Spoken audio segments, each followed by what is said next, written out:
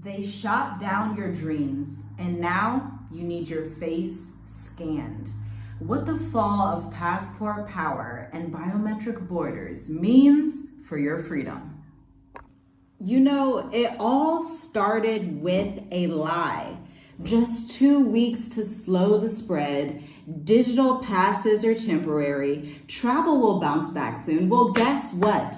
It's 2025. And not only has travel not returned to normal, it has shifted into something else entirely. Something digitized, invasive, and unequal. First, they block your visa hopes. Now you're being asked to scan your face, give your fingerprints, and declare your gender just to cross a border. So what used to be a simple stamp has now become a surveillance contract. And for Americans, quite frankly, it's even worse. The US passport is no longer a golden ticket to anywhere you want in the world. It has become a red flag. We went from freedom to facial recognition. Listen, you know, if you've been watching this channel, this fall, October 12th, 2025, the European Union will fully launch its EES, Entry Exit System, a centralized biometric tracking protocol that logs every single non-EU traveler who enters or leaves the Schengen area. Say goodbye to passport stamps and instead say hello to facial scans, fingerprint collection, automated questioning, and 3-year data retention. And this is just for tourists. And for those seeking residency, dual citizenship, or a long-term visa, expect healthcare database syncing, financial screenings, and even political activity logs tracing things that you're doing on social media, things that you talk about, especially if you're any type of entrepreneur, creative, writer, or someone that has free thought.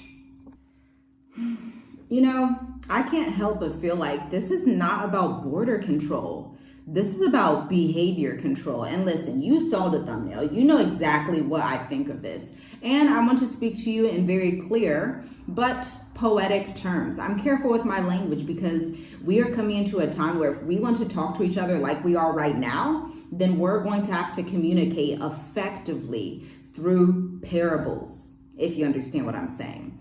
And notice this, the American passport simultaneously when all this is going on has lost its power. For decades, the US passport was one of the most respected in the entire world. In 2014, it ranked #1 globally. But now in 2025, about 11 years later, we're going into 12 years later, it has fallen out of the top 10 spot. Why? Well, Canada now requires registration for Americans staying over 30 days. Australia warns travelers that U.S. border agents may search phones or deny entry without cause. Belgium, France, Germany, and Finland now advise their travelers to avoid certain U.S. states. And China has officially labeled the U.S. a rising risk for international business travel. It's not just about perception. This is about international policy. And travelers from the US are now experiencing what the global South has faced for decades. Higher fees, harsher scrutiny, and biometric compliance. It's as if America is currently already a third world country in the making. I'm gonna need you to hit the like button on this video. I'm gonna give you a few seconds to do it. I just honestly feel like you should like this video and appreciate this content because out of all the traveling expats and folks that you see online, I just don't see anyone talking about what matters. And this matters a lot, especially if you're a believer from anywhere on earth. I'm talking to everyone on the face of the earth, wherever this video reaches.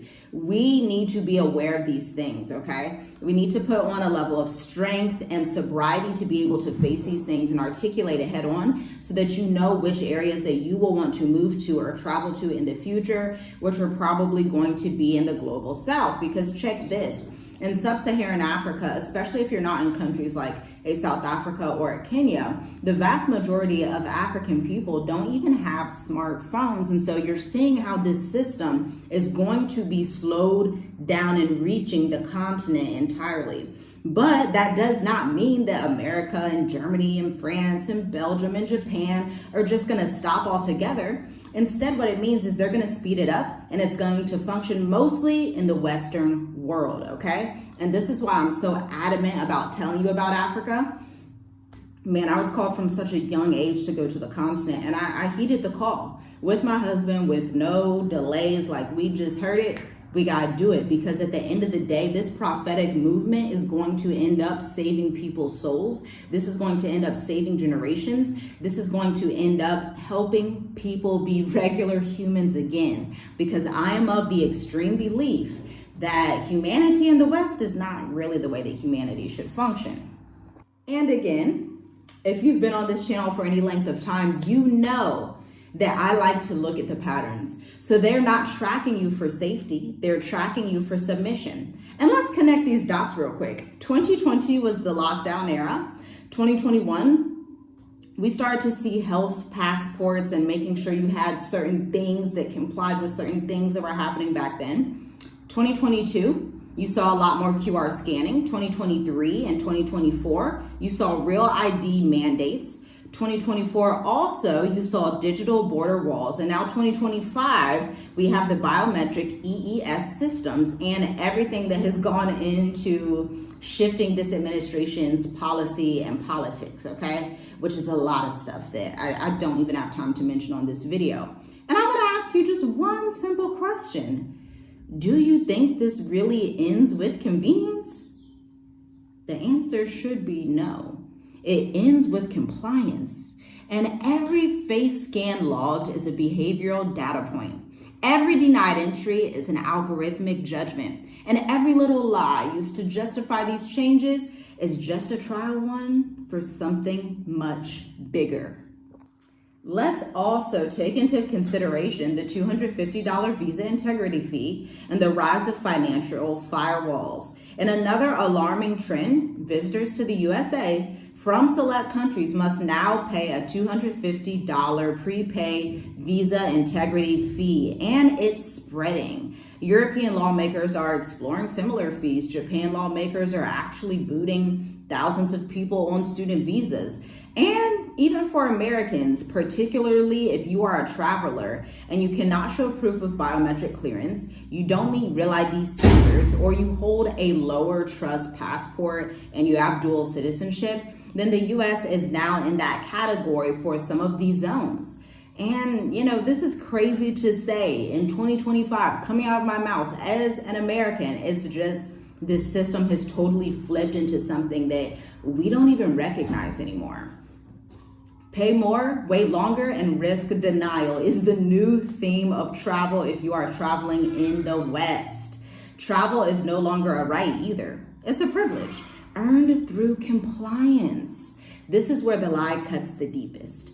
This is where you were told the restrictions were temporary. You were promised it would all go back to normal, but now they don't want you to move freely. Oh no, they want you scanned, tracked, and pre-approved before you even touch a boarding pass. So you're like, girl, what am I supposed to do now? Well, I don't want you to panic, okay? I want you to stay peaceful, sober-minded, take a deep breath. It's okay, because we got a strategy for you. Number one, I want you to rethink your passport strategy. I want you to forward think and say, okay, I want to find neutral areas that are also in the global south where I wouldn't mind living there and having their passport, okay? This could be a Mauritius, this could be somewhere like Kenya, Albania, the Caribbean, Rwanda, you know, it could be anywhere. And also it's based on your ancestry as well, because some countries in the world allow you to get a second passport based on your ancestry, depending on who you are. Then you want to travel where you feel the safest in the global south. I want you to avoid hubs that force biometric compliance and look into visa-free nations for your passport if you are an American. Don't voluntarily give up too much data, okay?